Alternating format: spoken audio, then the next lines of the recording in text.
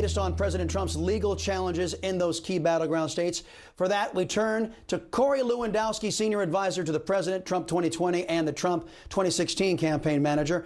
Always a pleasure seeing you, Corey. First off, it's our understanding you've been diagnosed with the China virus. You're quarantining. How are you feeling? Chris, look, I feel great, to be honest with you. A little tired. I had a slight headache. But look, I'm going to beat this thing in Trump time, which is faster than regular time. So I'll be back fighting for this president any minute. I'm fighting for him still doing radio interviews, still doing TV interviews. There's no Chinese virus that's going to stop me from fighting for my country. Hot damn. Look, in Philadelphia, you went there to canvass some of these votes, and you were denied entry. Now, of course, CNN and some other disreputable agencies out there are saying that no Republican was denied access and a visual on these ballots.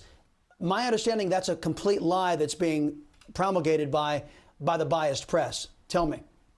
Chris, let me tell you exactly what happened. On Wednesday morning, Pam Bondi, the former Attorney General of Florida, and I drove up to Philadelphia. We tried to gain access to the counting room in Philadelphia, which, just to give your viewers an understanding of what it looked like, there was an armed guard that met you at the door. Then there was a series of police officers, magnetometers, additional police officers, and then you had to make your way into the room should you have gained access. I tried to gain access. They said no. The following day, with the help of the Commonwealth Court, which is the equivalent of the appellate court in Pennsylvania, I had a judge's order in my hand granting me access and everybody else who wanted to go into that room within 6 feet of all counting procedures.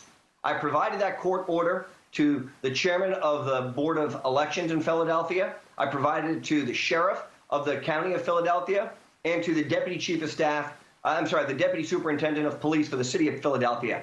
All three of them said, we don't care. You have no enforcement mechanism. Go back to the judge and tell him to hold us in contempt. Now, Chris, I've been a police officer. I've been a public servant. Never in my life have I seen the type of complete disregard for an order of the court that I saw in Philadelphia. So this notion that people weren't denied access is a complete fallacy. I was denied access with a valid court order, and then they threatened to have me arrested if I went inside. Wow. So again, we've established that was fake news. Let's talk about CNN. They're reporting the Trump team has dropped lawsuits in Arizona. Is that true, or is that just more fake news?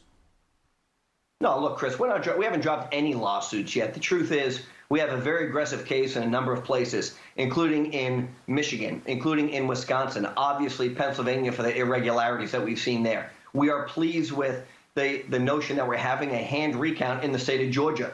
It's amazing to me, the fake news media still hasn't called the state of North Carolina. What are they waiting for? We know Donald Trump has won that state. And so we're going to continue to pursue every lawsuit because there's no question there was voting irregularities.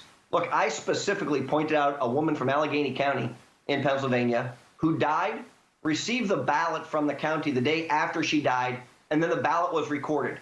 When I pointed that out to the media, they said, well, that's just one example. And by the way, how do you know that person didn't vote for Donald Trump? Think about that from a journalistic integrity side. I said, I've just provided you concrete evidence of voter fraud. And they said, but maybe they were a Trump supporter. I mean, they don't want to report on what's really going on. We know there was illegality that took place. I'm going to get to the bottom of it.